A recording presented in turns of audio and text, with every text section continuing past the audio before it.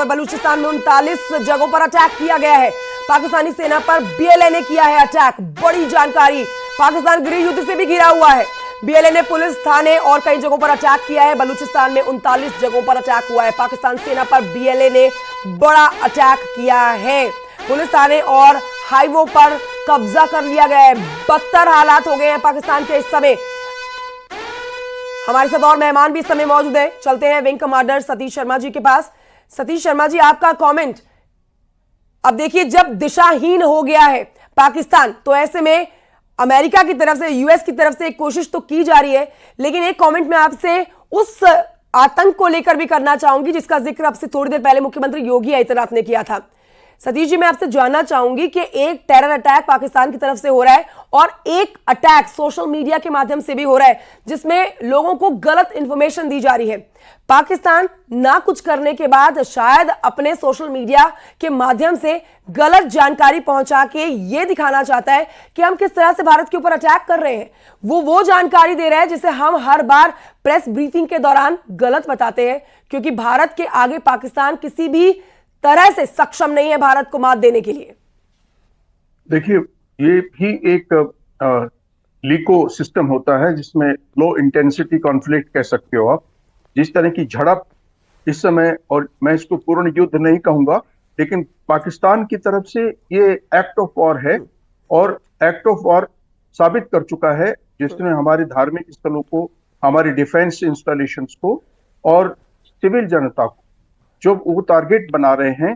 तो आपको ये समझ में आ जाना चाहिए कि पाकिस्तान की तरफ से युद्ध जारी है, और युद्ध जब जारी होता है तो उसमें साइकोलॉजिकल वारफेयर भी होता है, उसमें इंफॉर्मेशन के बारे में भी वारफेयर होता है। तो आपको ये समझना होगा कि जब आप गलत फहमी के लिए, क्रिएट करने के लिए इस तरह की जो अफवाहें हैं, अफवाहों का बाजार गर्म करना, ये उस देश के साथ हमेशा संभावित होता है जो कमजोर होता है।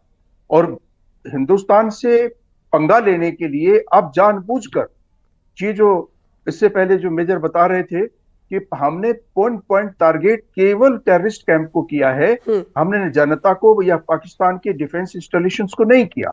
इस बात को समझना होगा, पाकिस्तान हमारे किस पर अटैक कर रहा है? वो हमारी जनता, हमारे धार्मिक स्थलों और सबसे बड़ी डिफेंस इंस्टॉलेशंस को टारगेट कर रहा है। तो पाकिस्तान की तरफ से युद्ध घोषित हो चुका, ये तो सिर्फ हम रेस्टेन कर रहे हैं। अब उनकी तरफ से कौन सी मिसाइल ऐसी नहीं आई है जो मार नहीं कर रही है, कौन सा ड्रोन ऐसा नहीं आया है, लेकिन ये अलग बात है कि हमारा एडी सिस्टम और जो दीवार हमने ऐसी बना दी है कि जो उसको अभेद्य किले के रूप में है वो भेद नहीं पा रहे हैं। उसका मलबा, उसका कचरा जो हमारे यहाँ पर शहरों पर गिर रहा है, ये इस बात को साबित करता है कि हमारी defence system, AD defence system, air defence system, airborne system इतने स्ट्रांग है कि वो कुछ कर नहीं पा रहा है। और रिटेलिएट करने की जहां तक बात है, हमने पाकिस्तान में हम घुसकर अपनी इच्छा से जहां चाहें वहां मार सकते हैं, और इसको एयर सुपीरियरिटी कहते हैं। ये winning of the war situation की पोजीशन होती है। तो आज हमें वहां से खतरा नहीं, ये पाकिस्तान का एक, मैं ये कहूंगा, आत्मघाती स्थिति पर वो आ चुके हैं, और वो सेल्फ इमोलेशन, अपने आप को जलाने की आगार पर लाना चाहते हैं ताकि हिंदुस्तान ऐसे में उनको कुचल डाले। ठीक है, पाकिस्तान ने तो सर इससे नो डाउट मतलब वॉर डिक्लेयर कर दिया और वॉर की तरह ही ट्रीट कर रहा है। जैसे हम देख रहे हैं कि अगर सीमा पर पहले से गोलियां दागी जाती थी, तो आज बड़े बड़े वहां पर हथियारों से गोला बारूद दागे जा रहे हैं और वहां के लोगों को नुकसान पहुंचाया जा रहा है। मिसाइलें दागी जा रही हैं, उनके सबूत मिल रहे हैं सर। देखिए, प्रमाण मिल रहे हैं। सिरसा में मिला है उस मिसाइल का मलबा जिससे दिल्ली को टारगेट करने की पाकिस्तान ने हिमाकत की है। लौटूंगी आपके पास, एक कमेंट जल्दी से विंग कमांडर रिटायर्ड पुष्कल द्विवेदी से भी ले लेते हैं, रक्षा विशेषज्ञ हैं। पुष्कल जी, अगर हम यहाँ पर सोशल मीडिया पर अफवाहों के आतंक की बात कर रहे हैं ना, तो वहां पर कुछ सच्चे, बिल्कुल ऑनेस्ट पाकिस्तान के जो एक्स ऑफिसर्स हैं ना, उनके भी वीडियो वायरल हो रहे हैं। एक वीडियो वायरल हो रखा है जिसमें वहां पर एक्स जो अधिकारी है उन्होंने कहा है कि भारत की 16 लाख सैनिकों के आगे हमारे, यानी कि पाकिस्तान के 6 लाख सैनिक जो है ना, वो ज्यादा दिन टिक नहीं पाएंगे। वो कह रहे हैं कि अब तो बीच में चीन और अमेरिका को ही आके इसको शांत कराना होगा, हमारी तरफ से डिक्लेयर युद्ध को शांत कराना होगा।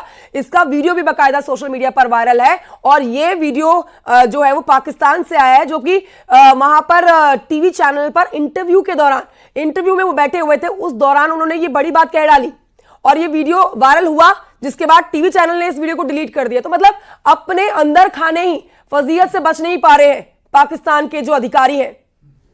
बिल्कुल, देखिए ऐसे जो अधिकारी वहां के हैं उनकी बात वहां की सरकार, वहां की फौज सुन ही नहीं रही है। और इसमें मैं एक बात और जोड़ दूं, जो उन्होंने हमारी फौज की बात की, उसके साथ ही ये ना भूलिए कि वहां गृह युद्ध की स्थिति चल रही है और बलोच जो छापामार युद्ध कर रहे हैं, उन्होंने पूरी तरह से आजादी की घोषणा करके लगभग 80% बलूचिस्तान अपने कब्जे में कर लिया है और तुर्बत जैसे बेस अपने कब्जे में कर लिए हैं। तो बिल्कुल उनका कहना सही है, लेकिन पाकिस्तान आर्मी एक प्रोफेशनल आर्मी नहीं है, वो एक टेररिस्ट आर्मी है। यानी कि उनके काम करने का तरीका टेररिस्ट वाला है और वो इनडिसिप्लिन है। उनके यहाँ इस तरह का डिसिप्लिन नहीं है कि यूनिसन में सरकार के साथ आर्मी काम कर सके।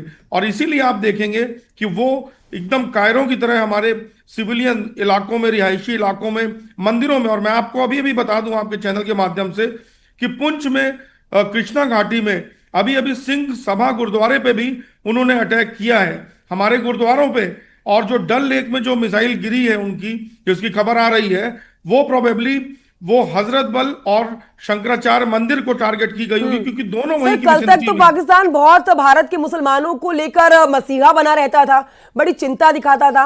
और पाकिस्तान में बैठे हुए वो आतंकी जो है वो भारत के जम्मू कश्मीर के उन धार्मिक स्थलों को टारगेट कर रहे हैं, चाहे वो मंदिर हो, मस्जिद हो या फिर गुरुद्वारा हो, जहां पर मासूम है इस समय। तो यहां पर अब मसीहा जो पाकिस्तान बना करता था उसकी तो पोल खुल गई। मेजर मोहम्मद अली, क्या कहेंगे आप इस पर? जी, आपने बड़ा अच्छा सवाल किया है, शुक्रिया बहुत बहुत।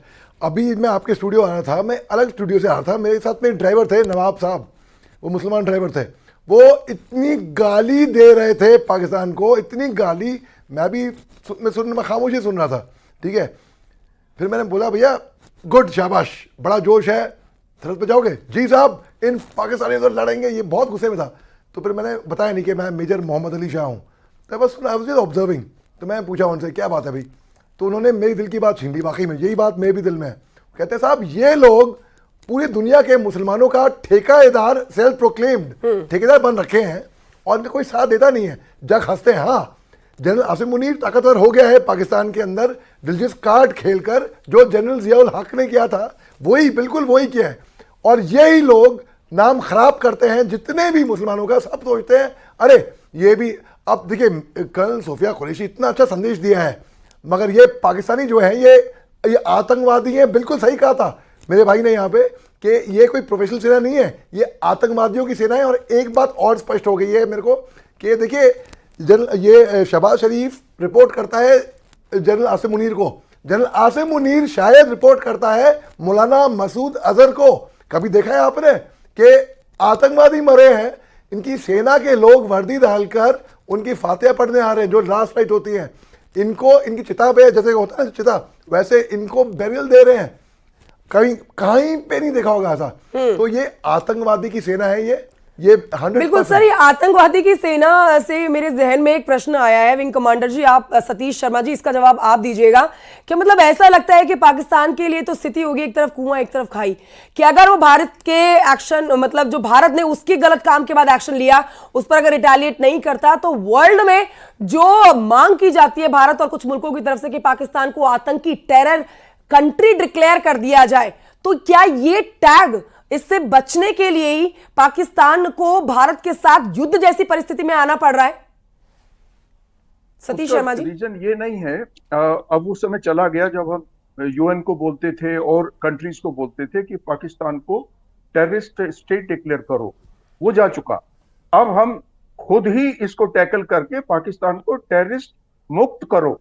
अब टेररिस्ट, अगर पूरा ही पाकिस्तान टेररिस्ट कि अगर दुकान बन चुका है तो पूरे पाकिस्तान को खत्म कर दो। हमारे पास सिर्फ अब इतनी स्थिति है।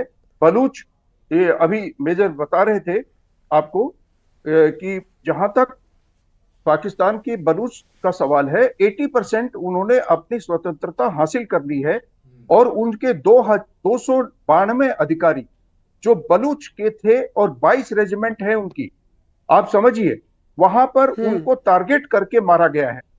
तो बलूचिस्तान को आजादी दो, पीओके को वापस लो और उसके बाद इसको इसकी हालत पे छोड़ दो। आज कंडीशन पाकिस्तान की ये है।